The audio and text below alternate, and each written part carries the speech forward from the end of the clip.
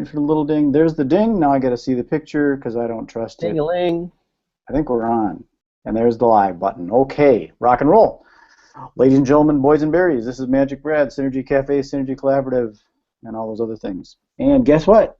We're at the end of our beginner meditation series. Not at the end of beginner meditation, but at the end of this little FAQ, frequently asked question series.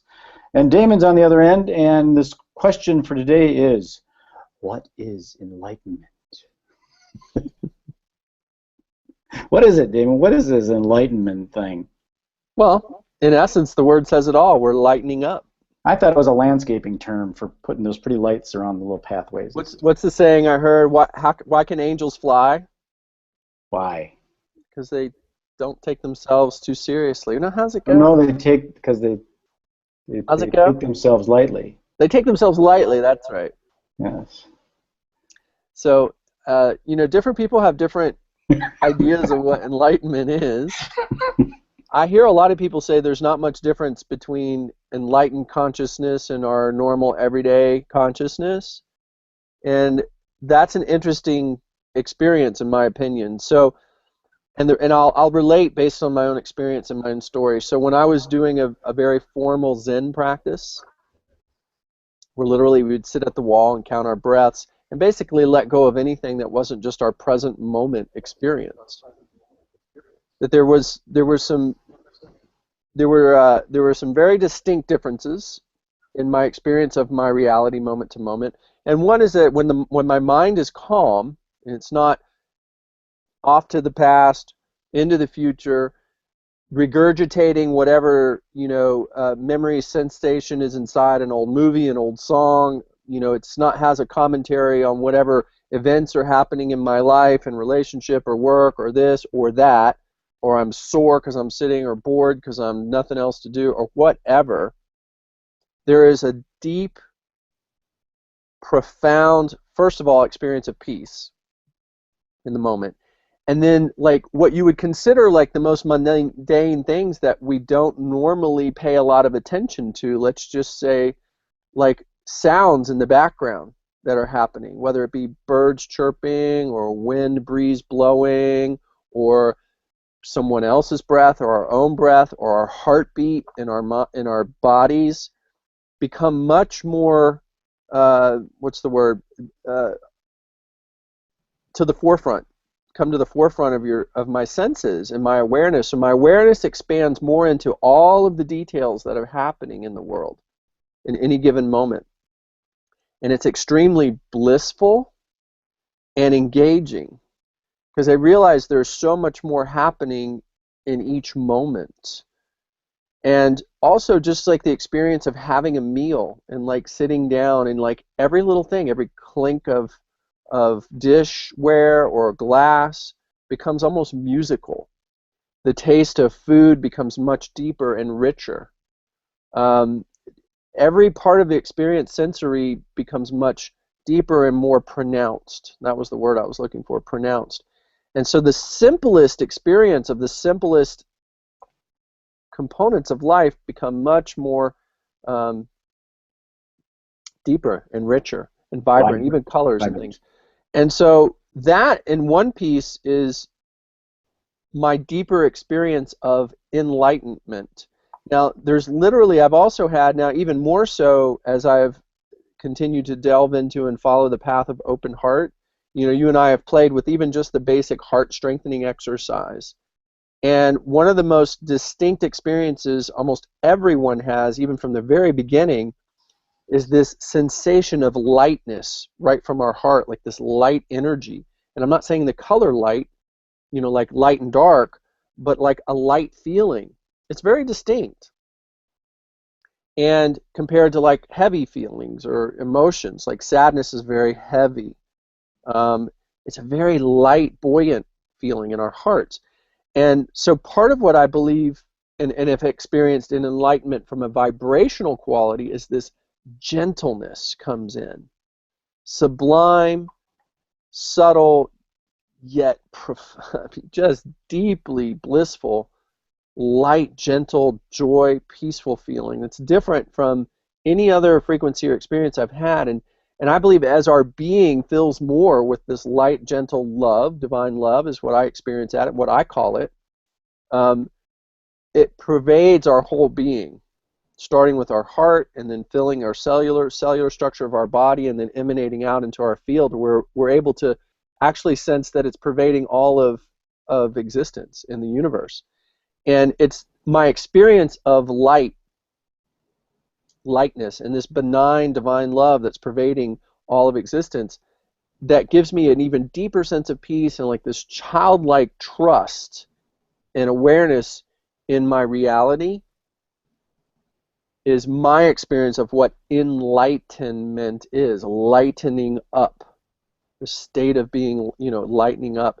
And so it's like all the heavy dross, burdens and struggles and worries and stresses of the world just start to drop away, melt away. Now I have to say, go ahead. I guess you could look at it as like the light that you actually visually see, and then you brought in the heavy light concept, but that's something that you'd actually feel. So it's really embodying all of the different senses and then some.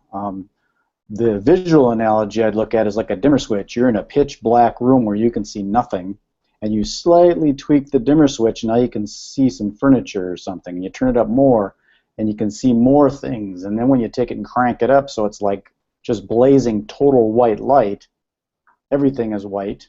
And same thing with sound. I mean, when I'm in meditative place, I can hear little sounds, but there ends up being a place where I don't really hear anything. It's just like white noise. Right. Yes, and then there's a couple of other ways of describing it, and a part of it's just like actually waking up.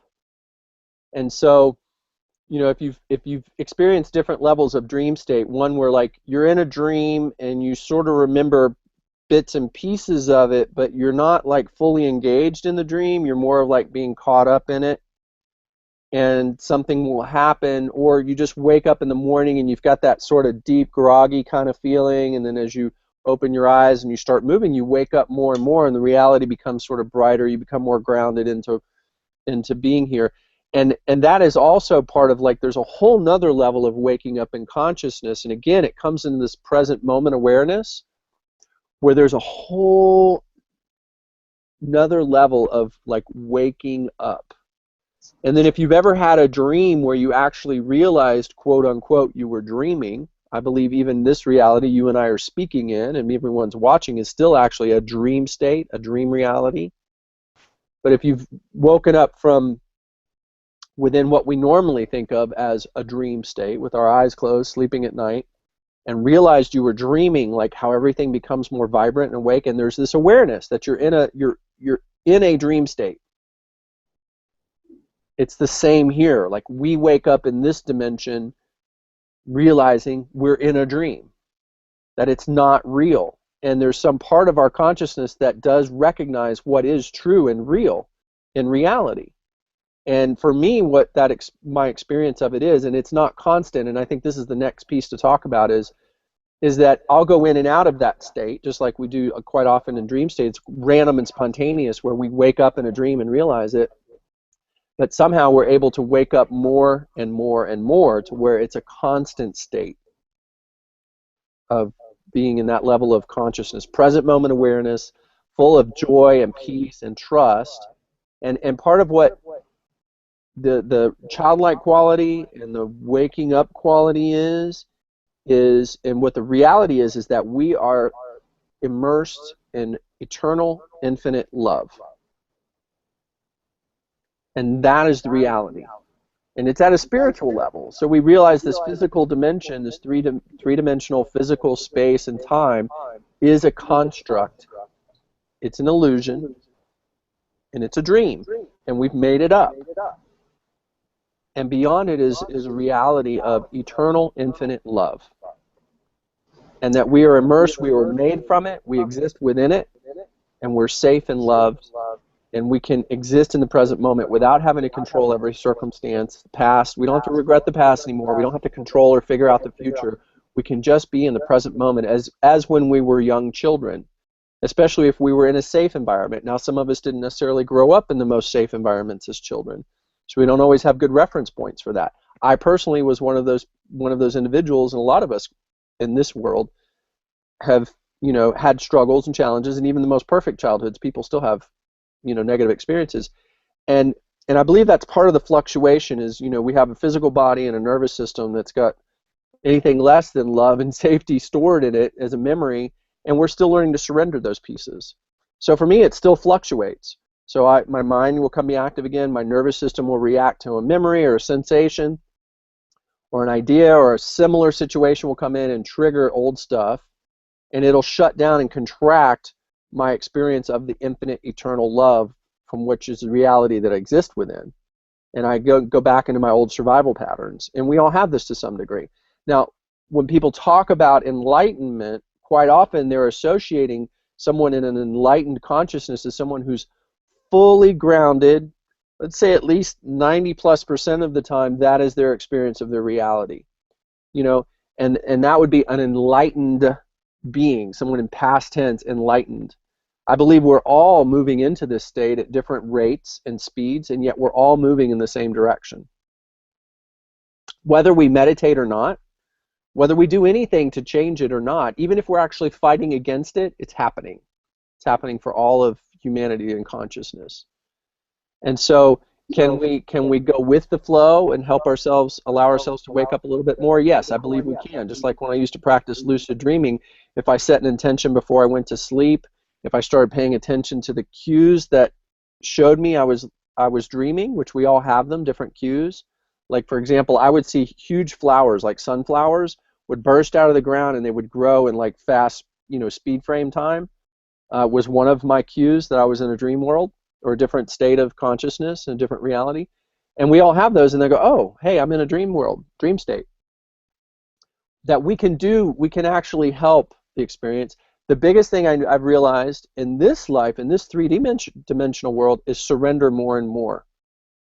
So it's letting go of our need to control and figure it all out, and let our hearts open and stay connected in the field of love and infinite love, and begin to operate from our hearts. Is what allows us to wake up. That's kind of part of what we had seen at that Matrix Energetics intro. Is they could not really define what was going on, right?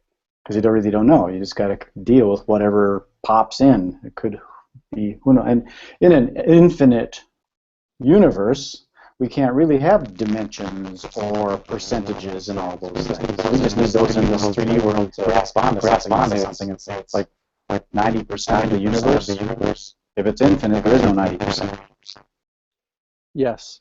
Yeah, and there's scientific terms to describe it, and there's spiritual terms to describe it. Everyone's got their own, model of language and vocabulary to describe what these things are. And it's interesting with the Matrix Energetics, because in many ways, I think that's the most honest thing we can say to a certain extent is, I don't know what it is.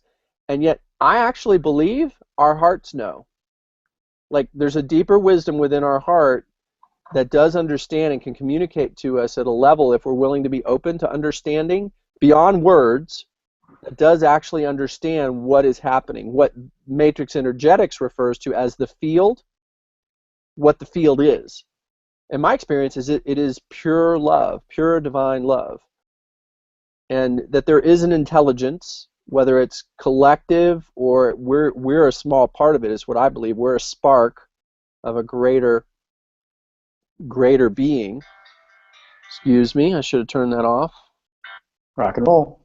And that's just the way I choose to relate to it, because it is very personal. And I believe it's designed to be very personal. Not impersonal as the field, but actually as our divine parents. And we can feel all of these things through our heart. This physical world is not very different from the spiritual realm in the way that we relate to, like if we have children. Now, I know you don't have children, but having having children, having been a child, having parents, and being a parent, and even being in relationship with each other is a direct reflection of how our consciousness interacts with ourselves at a spiritual level. And yet with our hearts we can experience a deeper, real experience of what a pure, perfect, divine parent is like. as opposed to what we've created here at this point. Right. Anyway. So the basics of what is enlightenment, it's varying degrees. I mean, it could be ultimate, the ultimate enlightenment of all that is in infinity, or it's just being enlightened in smaller. Yeah. Lightening up. Let's lighten up. Yeah. Okay, Captain, we done with this one? I feel complete. How about you? You got any more questions, discussion on it? No, it's all blank after this. We're all enlightened. We're definitely all in the river headed to the ocean, I believe. Dun, dun, dun. Yep, and then we evaporate, go back up in the cosmos, and drain all over the world. We'll do it again. Dissolve into oneness. Perfect. Magic Brad signing off. Peace, love, and happiness. Damon, thanks for taking the time, pulling all this up together. Peace, everyone. Bye. Bye.